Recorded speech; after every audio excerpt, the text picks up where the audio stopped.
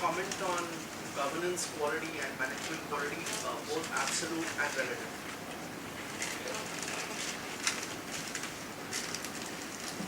I think it's the 75% of the state is held by the family, and a significant number of people on the board are family members. But they also have professionals from the industry on their board.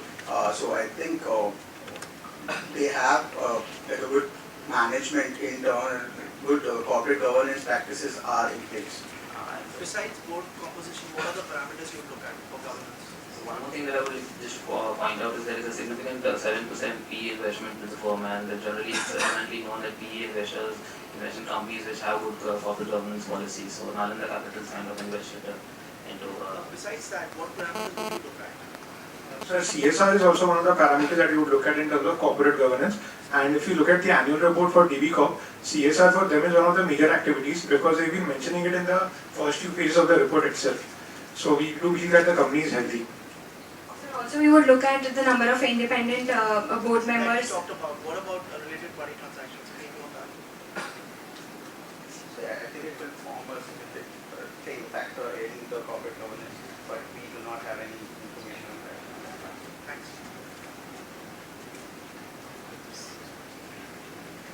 So for your upside potential, you have assumed a lot of growth coming in your EPS growth, EBITDA margin growth, etc. So what are the, while you mentioned the macro risks, but your modeling risks, what are the key things which will make the EBITDA margin not increase or go down? What have you done?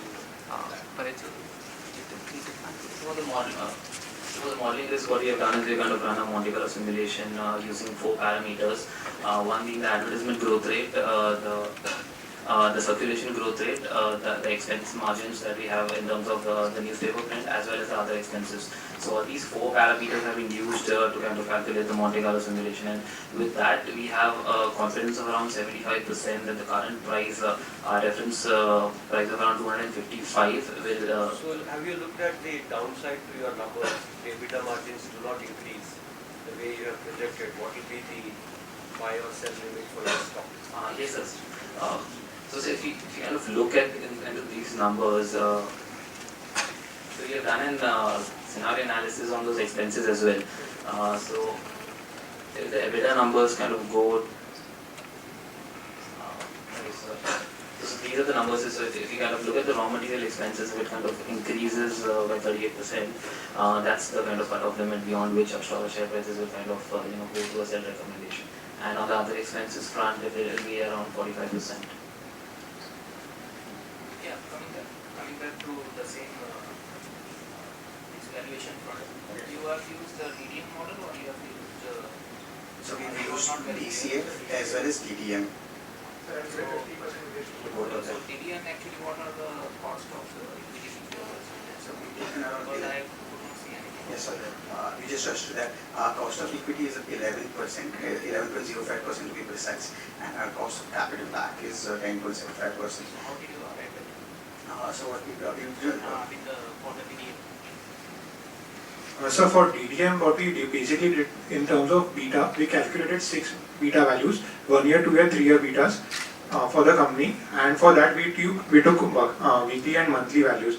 And so we found out that the value was gradually moving around 2 year beta with a weekly frequency.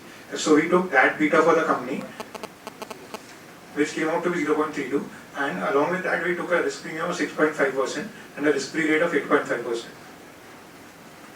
What are some of the things that you think could be real risks to your recommendation, besides some of the cost structure aspects? What could go wrong?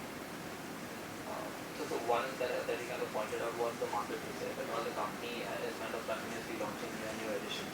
So if at all those editions kind of delay their break even, then that is a very significant risk to the company based on the CNL. So that profitability kind of just is one of the major risks. And so if we look at the newsprint cost, which forms a major cost for any printing company, for its peers, they mostly use newsprints which are made in India. But DB Corp actually imports 40% of its newsprint. So if rupee is going to depreciate further, then it is definitely going to have a hit on its income statement. one more thing, during our management call, what we were told is as of now that they are open to acquisitions, particularly in Uttar Pradesh, market as well as in the south market. So if there's a acquisition, probably that that might have a negative impact on the earnings of the company. And also in UP, they've launched their first online version. So we had asked them what kind of revenue model do they see for their online version, and they told us specifically that they don't have any model planned as of now. So if they don't come up with a revenue model for their online version, it might be a problem for them. So one of the risks you mentioned is that digital digitalization. Yes, sir. So have you looked at any international companies to see how they evolved and how a print medium company became very good in online model? So in this, so what has inherently happened is, so even if we talk about the Wall Street journals, initially they were in the print. However, the online edition is currently giving them a returns of around 11%. The thing is, but the entire transition has taken them around 10 odd years to kind of get into monetization. However, in India, so for us, if we are talking about DB Corp, we do not see that happening in India for like the next 3 to 4 years. And also Forbes magazine, I think that also one of the other examples that it had a similar thing. It was predominantly in the print, and now they've significantly moved to the online. So On that aspect, when you spoke to management, how did you come away in terms of various parameters such as transparency, information sharing, quality? What was your assessment of management based on your interactions? So the management was very open in terms of what questions we asked them. So we talked to them about their capex growth, their revenue growth, and they were not only giving us objective answers, but they were actually giving us quantifiable answers. So in terms of capex, they were very particular when they said that our capex will only be maintenance capex in the range of 25 to 30 crores. So we think that transparency is good for the company. So coming back to that digital model, you said in the next 3-4 years may not be possible. Why do you think so? With smartphones prices coming down, people reading more and more in their phones and tablets. Why do you think the digitalization will not be faster than what you That's absolutely true, as you mentioned that. But the only thing that DB Corp is kind of predominantly into Hindi and vernacular languages, and so if you kind of look at the mobile penetration in rural areas as of now is also still quite minimum. It's growing over the years, and even if we look at the TRAI projections, they kind of are a bit skewed towards the urban area and not towards the rural area, and so their growth projections kind of take it to that threshold level beyond 3-4 years point in time. So it's not a case of mobile position, it's also a case of internet penetration. So as long as there is no internet penetration in tier 1 and tier 2 cities, they won't be able to read online. So they will have to purchase the hard copy. So also at the heart of the success of digitization lies how they can monetize it, and that is possible only if they have quality content. In fact, they have been stressing on this point of quality content for the past 2 to 3 years in all their statements which have been coming out, and that's the reason why many of the Western media houses which have done well is only on the basis of their quality content and which has been selling with the. So did you question them? How do they attract and retain talent? Quality is a critical issue. In your interaction, did you ask them how much do they pay the editorials? How do they attract? Sir, So we haven't asked that, so but we kind of sense that from their balance sheet, because from their P&L as well. The thing is, the employee expenses, the employee benefit expenses that's there on the P&L has been significantly shooting up over the years. So they are doing it in terms of monetary terms and kind of retaining the talent. Have you done any primary work in terms of talking to either consumers or advertisers, and what's the feedback?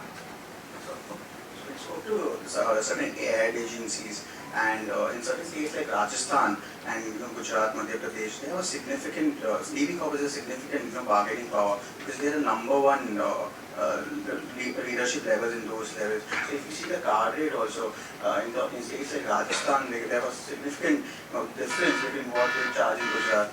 So yeah, so that is there. And we also spoke to readers, and we've also got a copy of the magazine, of the news. We've been through their editions and all. So the readers are kind of happy with the newspaper because they have also done an exercise wherein they've gone to the households and kind of found out what kind of newspaper do they want to see each and every household. So in terms of readership as well as advertisers, the two main customers for me, people are happy or at least not dissatisfied. Lastly, we have some time. This, I think the return on equity, we are assuming that to go to 26% from the current 20.